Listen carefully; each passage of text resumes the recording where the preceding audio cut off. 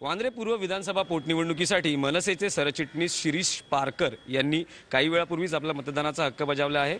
नवजीवन विद्या मंदिर या मतदान केंद्रावर येऊन त्यांनी आपला मतदानाचा हक्क बजावला आहे। आपल्यासोबत स्वतः शिरीष पारकर आहेत।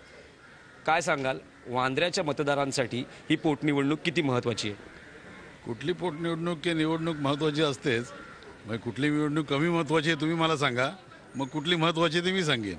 असं काय नसतं। या ठिकाणी सहानुभूतीच्या लाटेवर मतं मागणारे जसे उमेदवार आहेत, तसं पुन्हा पुन्हा लोकांच्या छाताडावर बसून निवडून जाऊ पाहणारे देखील उमेदवार आहेत।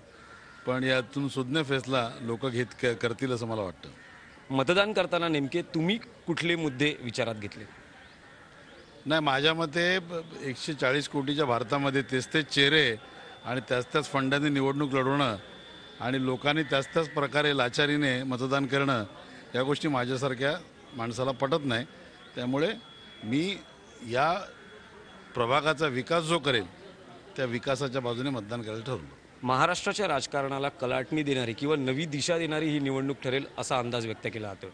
काय नाही हो, गांधी आले तरी देश सुधारला नाही, ते कुठल्या पोटनिवडणुकीने देश सुधारणार? उगाच आपले मोठमोठे शब्द बुडबुड्यासारखे वापरायचे। मनसे या निवडणुकीमध्ये सहभागी झाली नाही, कोणाला पाठिंबाही दिला नाही। हा ठीक आहे ना, काय हरकत नाही। म्हणजे असं द्यायलाच पाहिजे पाठिंबा किंवा उतरायलाच पाहिजे असं पण काय नसतं। त्यामुळे ठीक आहे, जो निर्णय तो योग्य आहे। धन्यवाद। व्हिडिओ जर्नलिस्ट मोहन आग्रेसह दिनेश दुखंडे, झी मीडिया, मुंबई।